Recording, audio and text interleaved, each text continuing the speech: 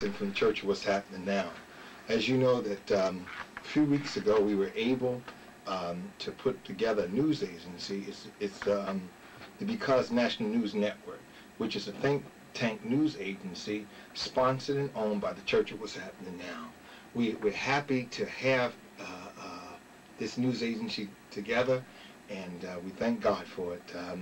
Today we will be interviewing Ayana Webb. She's a speech pathologist, and she works in the Plainfield area. But before we go to her, I want to inform you of next week, June 10th. We should have we will have Jerusha Schultz. Now, don't beat me up, Jerusha, if I pronounce your name wrong. Jerusha Schultz. She'll be here talking about bankruptcies, the ins and outs, because here recently we hear that it's harder to file bankruptcy now. So she'll be here to inform us of the things to do and the obstacles that lie ahead and things of that nature, and how to, I guess, basically rebuild our credit and things after bankruptcy. Okay, again, today we have Ayana Webb, a speech pathologist in Plainfield. She works in the Plainfield area and everything, and we want to talk to her and just get some insight of actually what is a speech pathologist. Good morning. A speech language pathologist helps people develop communication skills. So, for example, if someone has or is suspected of having a problem with speech, like articulation, language, voice, or swallowing, then a speech pathologist would assess that person and then treat them for the disorder. Okay, when you say, all right, we hear the language of speech and that, but when you say swallowing, what do you mean by swallowing? Well, swallowing is something that we take for granted. However, for some reason or another, some people do have problems with swallowing. Particularly, we see problems with swallowing after strokes. Often, infants who are premature may also have difficulty developing swallowing skills. So we've treated people who've had strokes in hospitals or nursing homes, and infants in the ICU units because they have to develop, sucking skills and swallowing skills so that they're able to survive. Now, all right. So if you get a young kid in the school that has a problem with swallowing, so I imagine that's his saliva problem, basically. So what he normally spit, I imagine, a great deal. Is that what you're saying? Well, it can occur in many different forms. Sometimes a lot of the children who have swallowing problems may actually attend specialized schools where they're able to get care all day, because if they're unable to swallow properly, they may actually have get nourishment another way. We call them like gastric tubes, like they may have tube feedings as opposed to... Okay. All right, now I see where you're going. You're talking about swallowing altogether, not just a person that swallows their saliva. You're talking about actually food and things. Right. Oh, yeah. Okay. Now we got a clear understanding of what you meant by swallowing, because I was thinking just the natural saliva that's in the body, right, that they extracted the other way.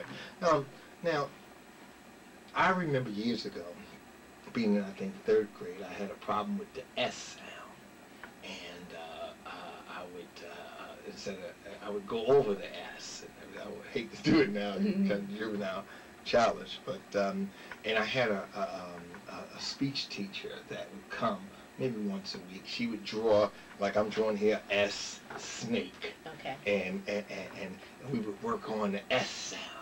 We'd work on the S sound for, let's say, maybe 20 minutes. He would be there saying, and then I would use the same sound and everything. And I had a great deal of saliva in my mouth at the time. In fact, my brothers nicknamed me Slob. And so I had a big problem with that for a great many years and everything. But now, so what do you do? What is there any animation that you use to help the kids along with the S? I guess TH would be a sound too, as it's coming back to me. TH. What about TW? Is that one? Not usually TW. Well, I guess you can. I mean, TW can be like, two consonants together, right. Okay, THSH, and what else is it? You have SR. SR. STR. STR. SW. Okay. We call those blends. S. Yeah. SW. Now, in my day, I remember the TH and the SH. The SR, I don't remember. The SR, I think I made that up just now. Okay. All right. What about the STR? I definitely don't remember. STR, like, that's definitely a combination sound that, some children have problems with. Okay, now the SW, I think I remember the SW. Now, in the form of the STH, the STR, what sound would that make? Are we talking long sound or short sound? Or what would it? Right. Well, there's 3 consonants together, so someone would have to know how to articulate that, meaning, make the correct movements with their teeth and their lips and their tongues in order to get that out. So you have STR. I mean, you're not making a vowel sound yet, but, you're definitely, so for example, if you're saying street, right. If you're unable to make the STR sound, you can sound like. So if you're unable to make the STR sound in the street, how did that word come out? Well, everyone has a different pronunciation. Like, someone may leave off the T and the R and just say seat. Some people often leave off the R and say steep. It depends on the individual. Everyone will have different types of substitutions. Like, we call it substitutions, where you're putting in another sound for another that should be there. What is the correction time of that right there in terms of trying to get a person? Because I remember a great deal now as we were sitting here talking, and the development, how I think I would put I had a speech teacher that was really assigned to me, and she would have my tongue up at the top of the roof of my mouth to do a sound. Okay. And, it's strange to see how that we, as today, we're older, we're grown, that we're so much into automation. But the mechanical part of speech is a very basic part of learning speech, the actual, the mechanical side. And I see a great deal of that right there today as we talk and listen, because when I first knew that you were going to be on the show, I start listening to sounds that people make, and this is something that we really don't do. We don't go to a mechanicalism too much. We go right into automation. Like today, we're in automation with our words and things. But there was a time when SH was a struggle and TH was a struggle. So, okay, what about getting on, trying to get a little bit more comfortable with this here and talking about, what about the slang? Is the slang part of not actually knowing the speech, or is it just adapted a new language or whatever that the young people are using? Okay, well, there is an association called American Speech Language Association, and certified speech language pathologists are members, and this organization puts out position papers on issues such as, some people may use the term Ebonics or African American English. Yes. And the position is essentially that you have American English, and there are various dialects of that, and that can include Appalachian English, Standard English, and African American English. Now, not all speakers of African American English are African American, but the majority are. There's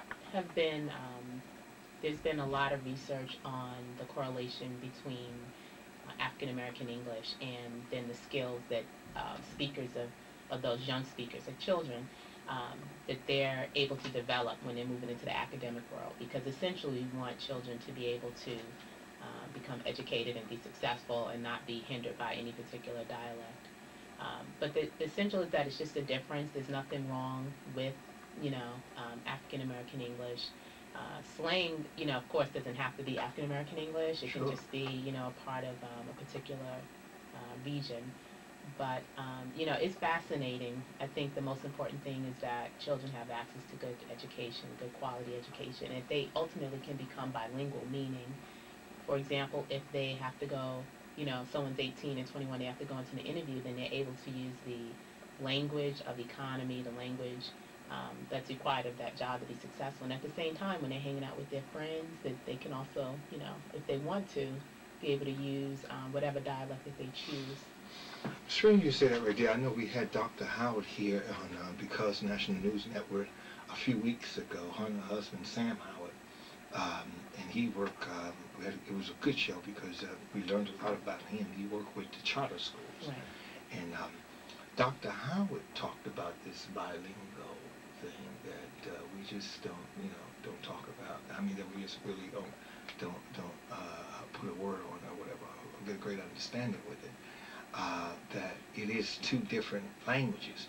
But now, at the same time, what I will say this right here, that a lot of the young lads, the young brothers and sisters out there, young people, feel that using what we call the bilingual in a professional setting is actually selling out.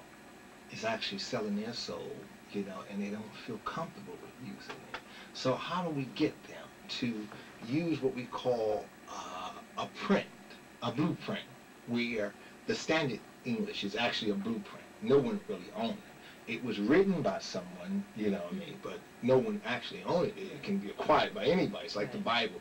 Anybody is open to read it. Right. No one owned the Bible. That's why I kind of beg a different when people give out Bibles, churches give out Bibles and put the flag of their country in it.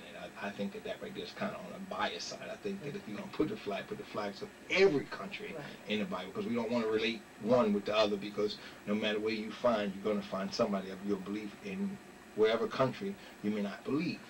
So you may not think people of that thought process is there. But now I wonder, how do we relate a message to the young people to get them to understand this very critical bilingual language and things? How do we do that without them feeling that they're selling out? Right. Well, I think that it depends on the kind of environment that's created in the learning institution that the child is in. Like, if children feel rewarded for being able to attain good grammar skills and good language skills, then I don't think that they're going to have a problem using it. I think sometimes some students may feel peer pressure to use a particular language. It could be peer pressure to dress a certain way, to look a certain way, and to even talk a certain way. So that's just going to be under the whole umbrella of the social peer pressure that children go through for any particular thing. But I think what's most important is that they learn it, because you can actually fake, a certain way of talking, and then, but when you have to use, correct form of English, the thing is to just be able to do it. So some students may want to pretend that they don't know the correct forms of language and use slang. Sure. But the thing is, when they're probably, in their workplace or what have you, or speaking with someone important on the phone, what's most important is that they really are able to switch and are able to be understood. Because the thing with slang is that everyone doesn't know all the particular terms. As I've gotten older, I have to speak to some of the young people and just go and say, oh, what does this word mean? What does this word mean? Sure. As you say that right there, the dialect part of it is, I was flying from Rochester in 1994, I believe, doing an OJ thing and syndrome, I want to call it, and flying back and forth with Rochester at the time. I was flying back, and it was a black woman that was a flight attendant.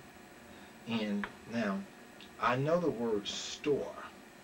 She said, if you want to, I've heard flight attendants refer to store your luggage above your head, in the cabins or whatever, or below, under. But she didn't use store. She used the word stow. She said you can stow your luggage up there. Now, is that proper English? Is that part of that standard English? Is stow? I mean, because it just, I don't know. I didn't feel like she was a sellout or whatever, but I kind of figured that she was using that word a great deal. Instead of store, just store the luggage above the heads of the people, but she said stow, and so, I didn't look at it as a sellout or whatever the case would be, but it just sounded kind of different coming from her or whatever. Right. It could have been an accent. It could have been that the R wasn't clear. Or all right, excuse me, I'm going to say that. So, is that actually a word, stow? I mean, yeah, you can have stow away. Okay, You know, so okay, I'm not okay, sure that is, if she was using it in that sense, or mhm. if she was saying, you know, store, but the R wasn't pronounced because of some, you know, regional accent or what have you. Mhm.